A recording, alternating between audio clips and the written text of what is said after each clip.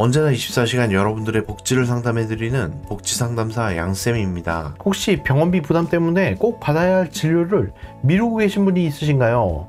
특히 의료급여에서 탈락을 했는데 건강은 좋지 않고 병원은 자주 가야 하고 그런데도 본인 부담금이 너무 커서 걱정이 되시는 분들 많으시죠? 오늘은 그런 분들을 위해 꼭 알아두셔야 할 제도에 대해 제대로 알려드릴게요. 이 제도는 일반 건강보험 대상자보다 병원비 부담을 훨씬 줄여주는 제도인데요. 특히 의료급여에서 아쉽게 탈락하신 분들이 꼭 신청해 보셔야 할 제도입니다. 조건이 까다로워 보일 수도 있지만 소득, 재산, 부양 의무자 기준을 정확히 알고 준비를 하면 충분히 가능하니까요. 자격 조건부터 혜택, 신청 방법까지 앞으로 어떻게 달라지는지까지도 오늘 영상에서 자세히 풀어드리겠습니다. 복지14 상담센터 지금 상담 시작합니다. 먼저 차상위 계층이 뭔지부터 정리를 할게요. 기초생활수급자는 아니지만 생활이 많이 어려우셨던 분들, 즉 기준 중위소득 50% 이하로 정부가 따로 정한 계층이에요. 차상위 계층에는 다양한 지원 제도가 있습니다. 차상위 자활, 차상위 장애인, 차상위 자산 형성, 차상위 계층 확인, 그리고 오늘 이야기할 차상위 본인 부담 경감은 병원에 갔을 때 본인이 내야 하는 돈을 정부가 일부 또는 전액 지원해주는 제도입니다. 특히 의료급여에 탈락하셨던 분들 꼭 보셔야 돼요. 예전에는 이 제도가 그렇게 많이 알려지지 않았어요.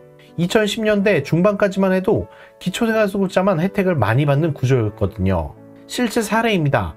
2018년에 당뇨병이 있었지만 의료급여에 탈락했어요. 아들이 있어서 부양의무자 기준에 걸려 있었거든요. 병원은 자주 다녀야 되는데 본인 부담금이 너무 커서 포기를 했죠. 그런데 이분 차상위 본인 부담 경감 신청했으면 본인 부담금을 70%에서 80% 줄일 수 있었던 겁니다. 두 번째 실제 사례입니다. 2020년 어머니가 고혈압, 심장질환이 있어도 재산이 6천만 원이어서 기초수급자에서 탈락을 했어요.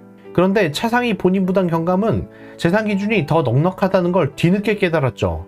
즉 예전에는 정보 부족과 엄격한 부양 의무자 기준 때문에 정말 필요한 분들이 놓치는 경우가 너무 많았습니다. 2025년 현재 차상위 본인 부담 경감 신청 조건을 총정리해 드리겠습니다. 그럼 이제 2025년 기준으로 누가 받을 수 있나? 조건부터 볼게요. 크게 세 가지 조건입니다. 첫 번째, 소득 인정액 기준으로 봤을 때 기준 중위소득 50% 이하입니다. 1인 가구 약 119만원, 2인 가구 약 196만원입니다. 3인 가구 약 251만원. 주의해야 할 점입니다. 차상위 본인 부담 경감은 근로소득 공제가 안 되는 제도예요. 즉 벌어들인 소득을 그대로 반영해요. 그래서 일하시는 분들은 주거급여는 되는데 차상위 본인 부담 경감은 탈락하는 경우가 있어요. 하지만 재산 기준은 완화가 됐어요. 서울은 1억 3,500만원까지, 그 외의 지역도 최대 8,500만원까지 기초생활수급자보다 재산 인정 기준이 넉넉합니다. 두 번째, 부양의무자 소득 기준입니다. 의료급여처럼 부양의무자를 조사를 하지만 재산은 안 보고 소득만 봅니다. 대상자가 한 명일 때 1인 가구 287만원, 2인 가구 471만원, 즉 소득만 넘지 않으면 부양의무자가 있어도 된다는 겁니다. 세 번째, 기타 요건입니다. 질병, 연령 요건이 있습니다. 희귀질환, 중증질환, 만성질환이 있거나 18세 미만 아동 혹은 해당 질환으로 6개월 이상 치료가 필요한 경우에는요, 예외적으로 진단서 없이도 가능한 질병 11개가 있습니다. 고혈압, 당뇨, 신장질환, 갑상선 장애 등 이 조건만 만족하면 신청할 수 있습니다. 자, 그럼 이 제도 신청하면 병원비가 얼마나 줄어들까요? 첫 번째, 희귀중증 질환자의 경우는요, 외래 본인 부담률이나 입원 본인 부담률이 없습니다. 두 번째, 만성질환자와 18세 미만의 경우에는요, 외래 본인 부담률 14%, 입원 본인 부담률 10% 있습니다. 65세 이상 틀니의 경우는요, 외래 본인 부담률 5% 있습니다. 65세 이상 임플란트의 경우는요, 외래 본인 부담률 10에서 20% 있습니다. 추나요법 같은 경우는요, 외래 본인 부담률 30에서 40%가 있습니다. 일반 건강보험보다 훨씬 낮고 의료급여보다 약간 높은 수준입니다. 여기서 주의하셔야 될 게 하나 있어요. 차상위 본인 부담 경감 대상이 아닌데 혜택을 받았다. 과태료 대상이 될 수가 있습니다. 예를 들어 소득을 숨겼거나 부양의무자 소득을 누락했거나 치료 기록이나 진단서를 위조했을 경우에는 과태료뿐만이 아니라 환수 조치도 들어갑니다. 정말 중요한 부분입니다. 과태료 부과 기준과 주의사항입니다. 차상위 본인 부담 경감 신청 및 수급과 관련해서 과태료가 부과되는 경우는 다음과 같습니다. 허위 신청 또는 부정수급으로 허위로 소득이나 재산을 신고하거나 실제로는 자격이 없음에도 불구하고 부정한 방법으로 급여를 받은 경우입니다. 조사 거부를 하거나 방해를 했을 경우입니다. 사회보장급여의 제공 여부를 결정을 위한 조사를 거부하거나 방해를 한 경우입니다. 이러한 경우에는 사회보장급여의 이용, 제공 및 수급권자 발굴에 의한 법률에 의거하여 과태료 부과, 급여 환수, 형사처벌 등 제재를 받을 수가 있습니다. 그렇다면 질문이 있으실 겁니다. 재신청도 가능할까요?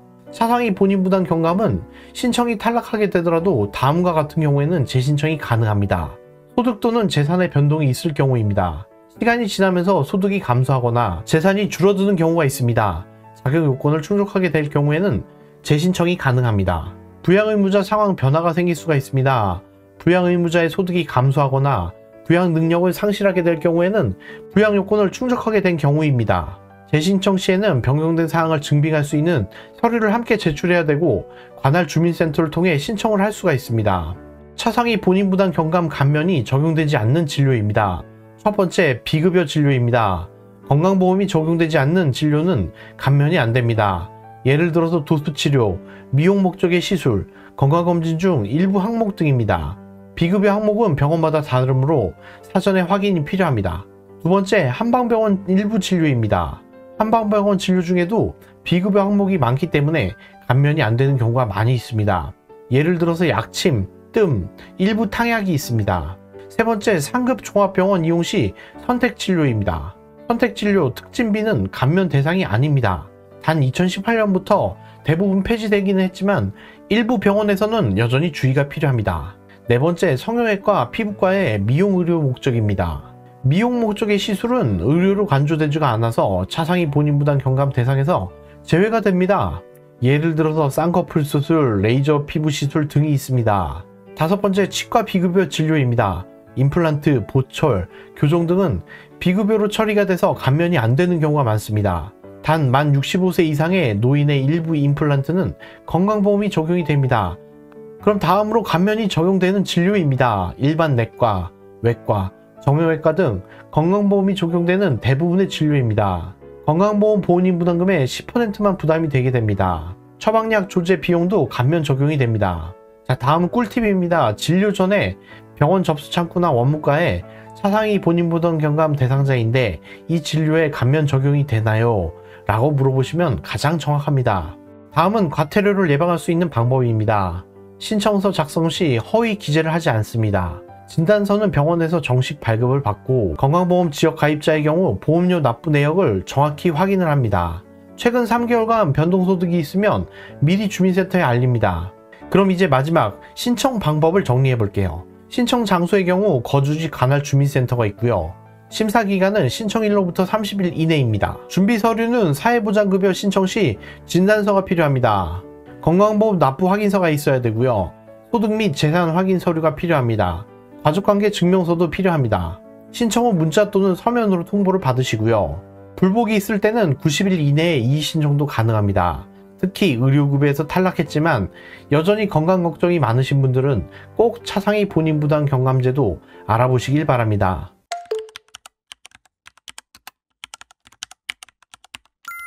오늘은 병원비 부담을 덜 수 있는 차상위 본인부담 경감 제도에 대해서 알아봤는데요. 특히 건강이 좋지 않은데 의료급여에 탈락하신 분들, 그리고 만성질환을 꾸준히 치료받고 계신 분들께 정말 실질적인 도움이 되는 제도라는 거 느끼셨을 거예요. 조건이 까다롭게 느껴지시더라도 소득, 재산, 부양의무자 기준을 꼼꼼히 따져보시고 해당 질병이나 연령 요건들이 맞다면 꼭 신청해 보시기 바랍니다. 병원비 걱정도 덜고 건강도 지키는데 이 제도가 많은 도움이 되었으면 좋겠습니다. 정부에서 지원받을 수 있는 내용들 하나하나 꼼꼼하게 챙겨보실 수 있는 방법, 신청하지 않으면 못 받는 정부 혜택들 복지24 상담센터에서 항상 챙겨드릴 테니까요. 오늘 내용 도움이 되셨다면 잊지 말고 구독, 좋아요, 알림 설정 꼭 해주셔서 놓치지 않으셨으면 좋겠습니다. 그럼 다음에도 알찬 정보와 함께 복지 상담으로 찾아뵙도록 하겠습니다. 언제나 24시간 여러분들의 복지를 상담해드리는 복지상담사 양쌤이었습니다. 시청해주신 여러분 감사합니다.